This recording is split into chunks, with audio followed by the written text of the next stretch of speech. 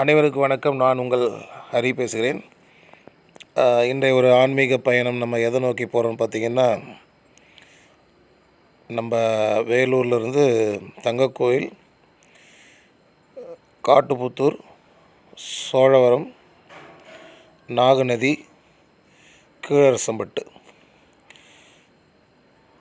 நாகநதிக்கும் கீழரசம்பட்டுக்கும் இடையில் உள்ள நாகநதி ஆறு தென்கரையில் அமைந்துள்ள ஸ்ரீ பச்சையம்மன் ஆலயத்தை நம்ம தரிசனம் பண்ண போயிட்டுருக்கோம். ஹரி TN23 விலாக்ஸ் பார்த்து கொண்டு இருக்கிற புது நேயர் அனைவரும் மறக்காமல் சப்ஸ்கிரைப் பண்ணுங்கள். தொடர்ந்து நம்ம ஆன்மீக தகவல்கள் அனைத்தும் உங்களுக்கு வந்து சேரும். அன்னைக்கு ஒரு நாள் நம்ம அமாவாசை ஊஞ்சல் கல்பட்டில் காளிகாம்பாள் கோவிலில் பார்த்துருப்பீங்க நம்மளோட கடைசி வீடியோ. அந்த வீடியோ முடிச்சுட்டு நைட் ஒரு 9 மணிக்கு வரும்போது இந்த ஆலயத்தை பார்த்தேன். தகவல் மட்டும் சேகரிச்சுட்டு மறுநாள் காலையில் போனேன். இது பார்த்திங்கன்னா நம்ம கனியம்பாடியில் கீழரசம்பட்டு ஷார்ட்கட்டில் பார்த்தீங்கன்னா இந்த பள்ளத்தாக்கில் இருக்கிற அம்மன் கோவிலோட தோற்றம் தான் இது. பச்சையம்மன் கோவில் ரொம்ப அற்புதமான ஒரு மலைப்பகுதி சார்ந்த இடம். அந்த கல்பட்டில் இருக்கிற காளிகாம்பாள் கோயில் அமாவாசை ஊஞ்சல் முடிச்சுட்டு வரும்போது சற்றும் எதிர்பாராமல் நான் வேறு வழியில் போகணும்னு நினச்சேன். நம்ம ஏதோ ஒரு இந்த வழியில் வரணுன்ட்டு இந்த ஆலயத்தை நம்ம பார்க்கக்கூடிய ஒரு பிராப்தம் கிடைச்சிது. சரி, இந்த தம்பி ஒருத்தர் நம்ம ரொம்ப சந்தோஷமான யூடியூபர் ஒருத்தர் நம்ம ஆலயத்துக்கு வந்திருக்கிறாரு அப்படின்ட்டு. அவர் யாருன்னா ஒருத்தர் இது நம்ம கோவில் எடுக்கணுன்னு ரொம்ப பிரியமாக இருந்திருக்கிறாரு. அன்னைய தினம் இதுதான் ஸ்ரீ பச்சையம்மன் ஆலயம். ஆலய திருப்பணி கோபுரப்பணி நடந்துகிட்ருக்கு. இப்போது வாழ்முனி செம்முனி பிரம்மாண்டமான ஒரு சிலைங்களை வச்சுருக்குறாங்க. இது பச்சையம்மன் சுவாமி. இவங்க தான் பல வருஷமாக இந்த இடத்துல இருந்து தான் இவங்க சாமி கும்பிட்டுட்டு இருந்திருக்காங்க. அதுக்கப்புறம் தான் இங்கேருந்து பக்கத்தில் ஒரு பெரிய ஆலயமாக இது பண்ணியிருக்காங்க. இது இடதுபுறத்தில் சரஸ்வதி சிலை இருக்குது. அந்த பக்கத்தில் பார்த்திங்கன்னா மகாலட்சுமி சிலை இருக்குது. இது முதல் முறை இந்த இந்த இடத்த தான் வழிபட்டுருக்காங்க. அதுக்கப்புறம் நாள் ஆக ஆக பாருங்கள், ராஜகோபுரம் அற்புதமாக வேலை நடந்துகிட்ருக்கு. இதுதான் நாகநதி ஆறு தென்கரை. பிரம்மாண்டமான மலைகள் பின்னாடி தென்படுது. ரொம்ப இயற்கை சூழலில் ஒரு அமைதியான ஒரு தோற்றத்தில் அம்பாள் உட்கார்ந்துருக்குறாங்க. மறுநாள் காலையில் ஒரு 10 மணிக்கு போனேன். இது பார்த்திங்கன்னா கோவில் கிழக்கு பார்க்கும்போது கோவிலுக்கு இடதுபுறத்தில் ஒரு பிரம்மாண்டமான பச்சையம்மன் ஜுவாலையோடு உட்காந்துருக்குறாங்க அம்பாள். இதுக்கு முன்னாடி தான் ஒரு யாக குண்டம் இருக்குது. அமாவாசை சில பூஜைகள்லாம் நடத்திட்டு இருந்திருக்காங்க. இது ராஜகோபுரம் பணி நிறைவடையட்டும், அதுக்கப்புறம் நம்ம தொடர்ந்து ஊஞ்சல் சேவை பண்ணலான்னு சொல்லிட்டு இப்போதைக்கு அம்பாள் அமாவாசை பூஜை இப்போது சாதாரணமாக செஞ்சிட்ருக்காங்க. இதுக்கு முன்னாடி பல பக்த கோடிகள் முன்னிலையில் அன்னதானம் எல்லாம் வழங்கிட்டு இருந்தால் இப்போ ராஜகோபுரம் பணி முடிவடைஞ்ச உடனே பார்க்கலாம். இது கோவில் கிழக்கு பக்கம் பார்க்கும்போது வலதுபுறத்தில் உள்ள அம்பாள் பார்த்திங்கன்னா சிரசோடு இருக்கிறாங்க. நான் தூரத்துலேருந்து பார்த்தோன்னே இந்த சர்ப்பம் உண்மையிலே சர்ப்பம் தானான்னு ஒரு டவுட் வந்துடுச்சு. அந்தளவுக்கு அவ்வளோ அழகாக ஒரு தத்ரூபமாக பெயிண்ட் பண்ணியிருக்காங்க, அழகாக பண்ணியிருக்காங்க. நம்ம ஹரி TN23 விலாக்ஸ் யூடியூப் சேனலில் எடுக்கக்கூடிய முதல் பச்சையம்மன் ஆலயம் இதுதான். நமக்கு பச்சையம்மன் ஆலயம்னாலே எல்லோரும் கேள்விப்படுறது ஒரே இது வாழைப்பந்தல் தான். எனக்கு நினைவு தெரிஞ்சு ஷேன்பாக்கத்தில் இருக்குது, அதுக்கப்புறம் பெனாத்தூரில் இருக்குது, வாழைப்பந்தல் இருக்குது.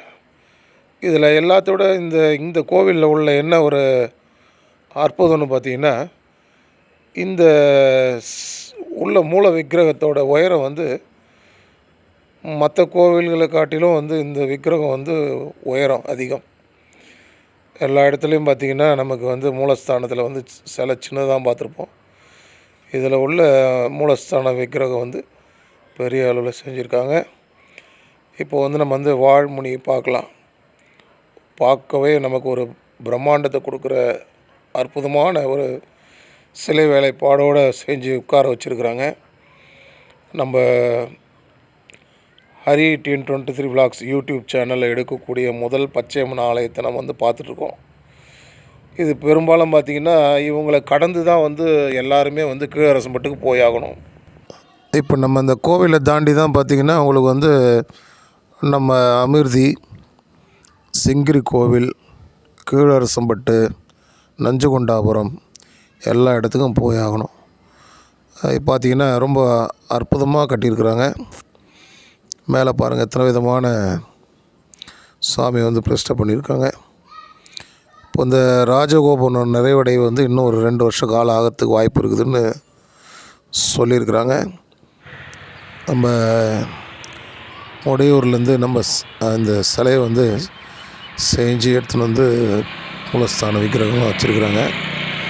சிலை வேலைப்பாடுகள் வந்து சாத்து மதுரையிலேருந்து ஸ்தபதி ஒருத்தர் வந்து செஞ்சு கொடுத்துட்ருக்காரு. அதுக்கப்புறம் பார்த்திங்கன்னா நம்ம வந்து ஏற்கனவே வந்து பல பச்சையம்மன் கோவில் பிளான் பண்ணோம். ஆனால் அதுக்கான சாத்தியம் எதுவும் கிடைக்கல. இப்போ தான் வந்து நமக்கு இது எடுக்கக்கூடிய நமக்கு ஒரு பிராப்தம் வந்து நமக்கு கிடச்சிருக்கு.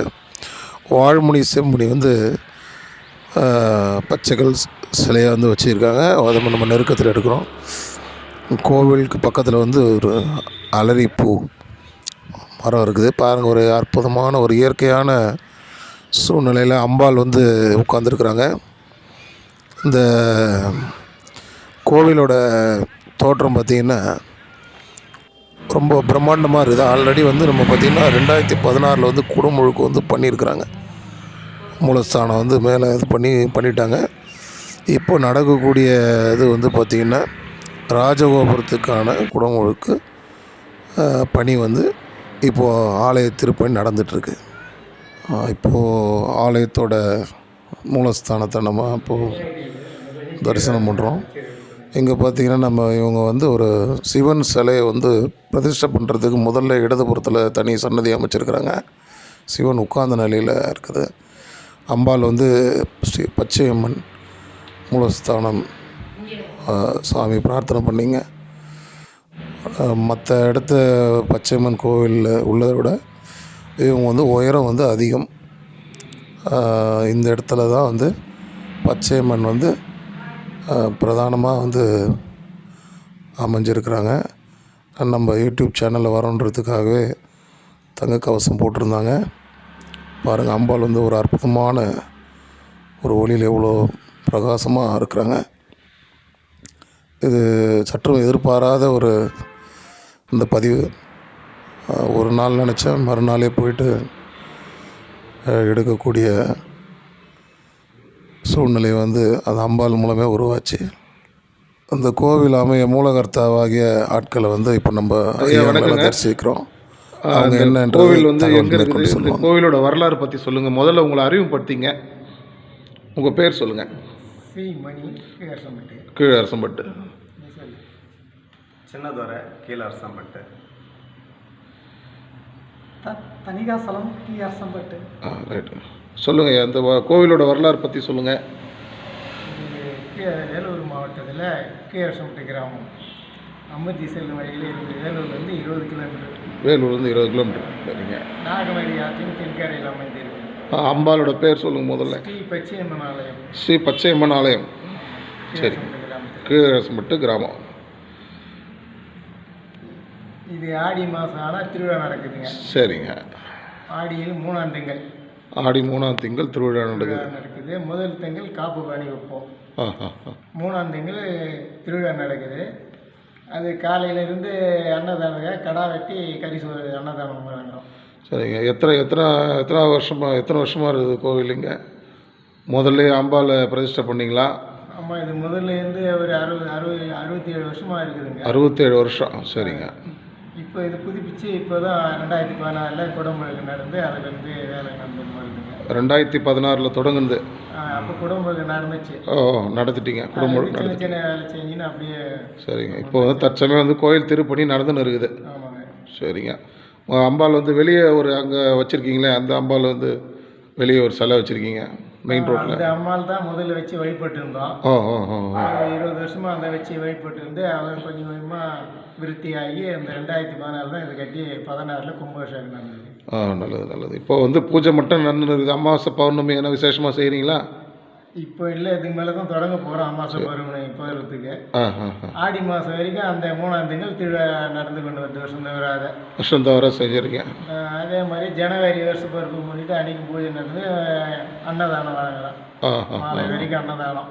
காலையில் 6 மணிலேருந்து மாலை அன்னதானம் வழங்கலாம். எத்தனை நாள் நடக்குதுங்க திருவிழா? திருவிழா ஆடி முதல் திங்கள் காப்பு அணிதல். அப்புறம் 3ஆம் திங்கள் திருவிழா அன்றைக்கி ஒரு நாள் தாங்க. சரி. அது அம்மன் ஊர்வலம் நடக்குது. அன்றைக்கி காலையில் எல்லாம் கடா வெட்டுவாங்க அன்னதானத்துக்காக. ஒரு 30-40 கடை அன்னதானம் கொடுக்குறாங்க. அது இங்கே கறி வெட்டி வெள்ளை சாதம் போட்டு எல்லாருக்கும் வரவங்களுக்கு அன்னதானமாக வழங்கப்படுகிறது. சரிங்க. இப்போ இங்கே ஒரு சிலை ஒன்று வச்சுருக்கிறீங்க.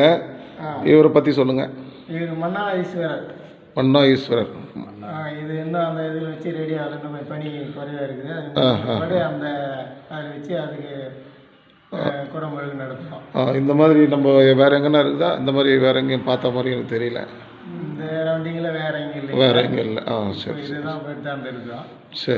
சரிங்க. வேறு ஏதாவது வேண்டுதல்லாம் எப்படி? இது அன்றைக்கி கடா வெட்டு அன்றைக்கி மதியம் ஒரு 2-3 மணி அளவில் கடா வெட்டு வேங்கை அம்மன் இறங்கும். அதில் ரத்தம் உறிஞ்சிட்டு ரத்த சோறு கலாரி அம்மன் கொடுப்பாங்க. சரி. குழந்தை பாய்க்கு இல்லாதவங்க மடியில் கைப்படாமல் மடியில் அன்னதானம் சாப்பிட்டு வந்தால் நிறைய பேர் குழந்தை பாய்க்கும் உண்டாகிருக்குது. குழந்தை பாய்க்கு இல்லாதவங்க அதை வாங்கி நிறைய பேர் பலன் நஞ்சிருக்கிறாங்க. இது இந்த அம்மனுடைய சக்தி பெற்று நிறைய பேர் குழந்தை பாய்க்கு உண்டாகிருக்குது. சரி. ஐயா, அது வெளியே மூலையில் ஒரு 2 சிலை பெரிய பிரம்மாண்டமாக வச்சுருக்கிறீங்க. அவங்கள பற்றி சொல்லுங்களேன். அவர் வாமணி செம்மணிக்கு அதான் திருவிழாவில் வந்தால் கடா எத்தனை கடா வெட்டினாலும் அங்கே தான் அந்த கடா வாமணி செம்மணி. அதுக்கு முதல்ல அதுக்கு பண்ணிட்டு தான் அப்புறமா அங்கேயே வருவாங்க. இப்போ அதெல்லாம் முதல்ல நீங்கள் கட்டிட்டீங்களா? அவங்கள தயார் நிலையில் இருக்கிறாங்க. இது அம்மன் கட்டி எல்லாம் புதுப்பிச்சு இந்த 16 தான் கும்பாபிஷேகம் கட்டி. அதுமே சும்மா அதை பாதையில் இருக்குது அந்த சிலையை வச்சு தான் வழிபட்டு வந்தோம். சரிங்க. கொஞ்சமாக விருத்தியாகி கொஞ்சமாக நடந்துட்டு வருதுங்க. சரிங்க. இப்போ இந்த வருஷம் எந்த மாதம் வருதுங்க திருவிழா? மாதம் தான் வருஷம். சரி. மாதம் 3ஆம் திங்கள் திருவிழா. சரிங்க. ஆடி மாதம் 3ஆம் திங்கள். இப்போ அம்மாவுக்கு இப்போது மற்ற சாமிங்களாம் வெள்ளிக்கிழமை விசேஷன்றாங்க. இவங்களுக்கு எந்த நாட்களில் விசேஷம்? பச்சையம்மன் கோயிலுக்கு திங்கக்கிழமை விசேஷம். ஆமாம், வாரம் திங்கக்கிழமை விசேஷம். சரிங்க. ஆலயம் எந்த நேரத்துக்கு திறந்துருக்குதுங்க? காலையில் 6 மணிலேருந்து 10 மணி வரை இருக்கும். சரி. சாயந்தரம் 5 மணிலேருந்து 8 மணி வரைக்கும் திறந்தப்படுது. வெளியூர் நேயர்கள்லாம் இங்கே வரா மாதிரி இருந்தால் எப்படி வரலாங்க? பஸ் வசதி இருக்குங்க. வேலூர் டு அமிர்தி வருது. 15 SN ராஜா பஸ்ஸு. சரிங்க. காரில் வரதா இருந்தாங்க? காரில் வைங்களா?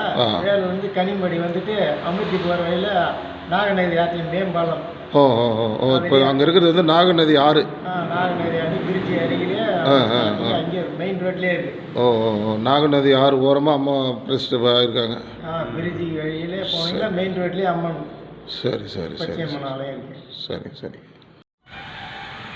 ஐயா, ராஜகோபுரத்தை பற்றி சொல்லுங்கள். வெளியே ராஜகோபுரம் தொடங்கி இருக்கிறோம்.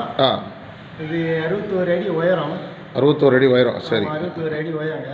இதில் சென்டரில் ஒரு 21 அடியில் பச்சையம்மன் உருவம் அப்படியே செய்யப்படுகிறது. அம்பாள் நிற்கிற மாதிரி உட்கார மாதிரிங்களா? நிற்கிற மாதிரி பச்சை மண் சிலை வந்து 21 அடியில் பிரதிஷ்டை பண்ணுறீங்க கோபுரத்துலேயே? ஆமாம், கோபுரத்து முன் பக்கத்தில். சரி சரி சரி சரி சரி எல்லாம் வசூல் பண்ணி தான் இது நடந்து கொண்டு இருக்கிறது. நல்லது நல்லது. அவங்க விருப்பப்பட்டுங்க கொடுக்குறாங்க. அவங்க வேண்டுதல் நிறைவேறினவங்க, கோரிக்கை வச்சுங்க வேண்டுதல் நிறைவேறியவங்க நிறைய பேர் வந்து கொடுக்குறாங்க. அது இன்னும் கொஞ்சம் சிறிது நாளில் இன்னும் முடிஞ்சு குடமுழுக்கு நடத்தப்படும். அப்போ யூடியூப் சேனல் வந்து எடுக்கலாம் குடமுழுக்கு நம்ம வந்து திருப்தியாக குடமுழுக்கு வந்து எடுங்க. கண்டிப்பாக ரொம்ப சந்தோஷம் ரொம்ப சந்தோஷம். இந்த சபதி வந்துட்டு சாத்துமரிலேருந்து சுந்தரராஜன்றவர் வந்து இந்த கோயில் இதெல்லாம் வந்து அவர் சிற்பம் கலையெல்லாம் செஞ்சு அவர் தான் நடத்திக்குவார். நல்லது நல்லது.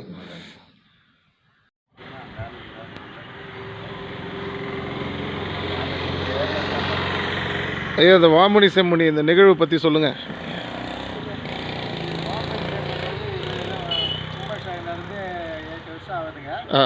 இங்கே தான் பலிபீடம் நம்ம இருக்கிற இடம். இந்த அம்மனுக்கு வரதெல்லாம் இங்கே தான் பலி கொடுக்கணும்.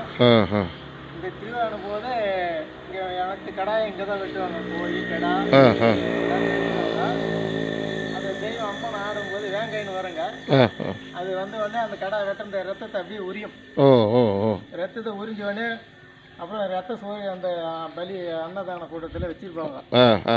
இதில் பெய்ஞ்சு அந்த வேங்கை கிட்ட கொடுத்த உடனே அது அந்த குழந்தை பாய்க்கில் இந்த லைனாக நிற்பாங்க குளிச்சுட்டு மடி ஏந்தி நிற்பாங்க.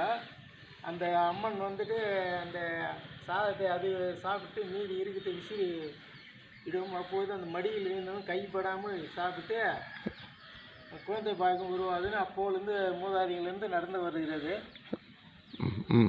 அது நிறைய பேர் வாங்கி பலன் அடைஞ்சு குழந்தை பாய்க்கும் பெற்று வருகிறார்கள். நல்லது நல்லதுங்க. இன்னும் இருக்கிறவங்களும் பலன் அடைஞ்சு வந்து அம்மனை வழிபட்டு அவங்க குறைகளை தீர்த்து நல்லபடியாக வருகை தருமாறு அன்புடன் கேட்டுக்கொள்கிறோம். நல்லது நல்லதுங்க. இந்த யூடியூப் சேனல் வீடியோ பார்த்துட்டு பல பேர் வருவாங்க இந்த ஆலயத்துக்கு. இன்னும் நிறைய பேருக்கு நல்லது நடக்கணும். நிறைய பேர் எல்லோரும் பார்த்துட்டு இப்போ இருக்கிறவங்க நிறைய பேர் வந்து அம்மன் அருளை பெற்று நல்லபடியாக. சரி, இந்த அம்பாள் பற்றி சொல்லுங்கள். இதுதான் பச்சையம்மன் முதலில் உருவாக்கப்பட்டு இருந்தது அம்மன். இது குறைஞ்ச ஒரு 40 வருடமாக இங்கே வச்சு இதில் தான் பூஜை செய்து வருகிறோம். 40 வருஷம் பண்ணிட்டு இருக்கீங்க? 40 வருஷம் முன்னே நிச்சயமாக இருக்கோம். இங்கே தான் பூஜை பண்ணி மொத்தம் நடத்தி வச்சோம் முதல்ல. அப்புறம் அம்மா கொஞ்சம் கருணை காட்டி கொஞ்சமாக அதிலிருந்து வருவாயை வசூல் பண்ணி ஆலயத்தை துவங்கி இருக்கிறோம். சரி சரி. முதல்ல இருந்த இடமே இதுதான் முதலிருந்து வழிபட்டு வருகிறோம். இப்போது அதிக ஆலயம் கட்டுறதுனால அம்மாவுடைய இது அங்கே வச்சு அப்படியே கொண்டாடி வருகிறோம். இப்போ இது வந்து இந்த ஆறு தான் நாகநதி ஆறு? ஆமாங்க, இதுதான் நாகநதி ஆறு. அமிர்தியிலிருந்து காட்டு வருது நாகநதி ஆறு. அமிர்தி இங்கேருந்து எத்தனை கிலோமீட்டர் இருக்குங்க? இங்கேருந்து 8 கிலோமீட்டர் அமிர்தி. இங்கேருந்து 8 கிலோமீட்டர். ஆமாங்க, அமிர்தி 8 கிலோமீட்டர். சரிங்க. வேலூருக்கு 20 கிலோமீட்டர். சரிங்க. சென்ட்ரல் இருக்குது ஆலயம். இந்த போர்வெல் அமைக்கப்பட்டு இங்கே நாகநதி ஆற்றங்கரையில் ஒரு சின்டாக்ஸ் வச்சுருக்கோம். இதில் நிறைய பேர் தண்ணி சுவையாக இருக்குதுன்னு எல்லாம் நிறைய பேர் குடிக்கிறதுக்காக சொல்கிறார்கள். இது நிறைய ஒரு நாளைக்கு 100 கணக்கான பேர் அவங்க வீட்டுக்கு தேவையான தண்ணிகளை நிறைய கொண்டு போய் நல்லா இருக்கிறதுன்னு சாப்பிட்டு கொண்டு வருகிறார்கள். நாகநதி ஆறோட தண்ணி வந்து இங்கே இருக்குது, டேஸ்ட்டாக இருக்குதுன்னு நல்லா மினரல் வாட்டர் மாதிரி இருக்கிறதுனால நிறைய பேர் வந்து எடுத்துகிட்டு போகிறாங்க. குடிக்கிறதுக்காக நல்லா இருக்குதுன்னு மக்களும் நிறைய யூஸ் பண்ணுறாங்க. சரி சரிங்க. இந்த தண்ணியுடைய மகிமை நல்லா இருக்கு. வேலூர் மாவட்டம் கீழசம்பட்டு கிராமத்தில் ஸ்ரீ பச்சையம்மன் ஆலயம். வேலூர் மாவட்டம் கீழசம்பட்டு கிராமம் ஆலயம் வேலூரிலிருந்து 20 கிலோமீட்டர் தூரத்திலும். சரிங்க. அமிர்தி செல்லும் வழியில் அமைந்திருக்கிறது. நாகநதி ஆற்றின் தென்கரையில் அமைந்திருக்கிறது. இந்த அம்மன் அருளை பொதுமக்கள் அனைவரும் வந்து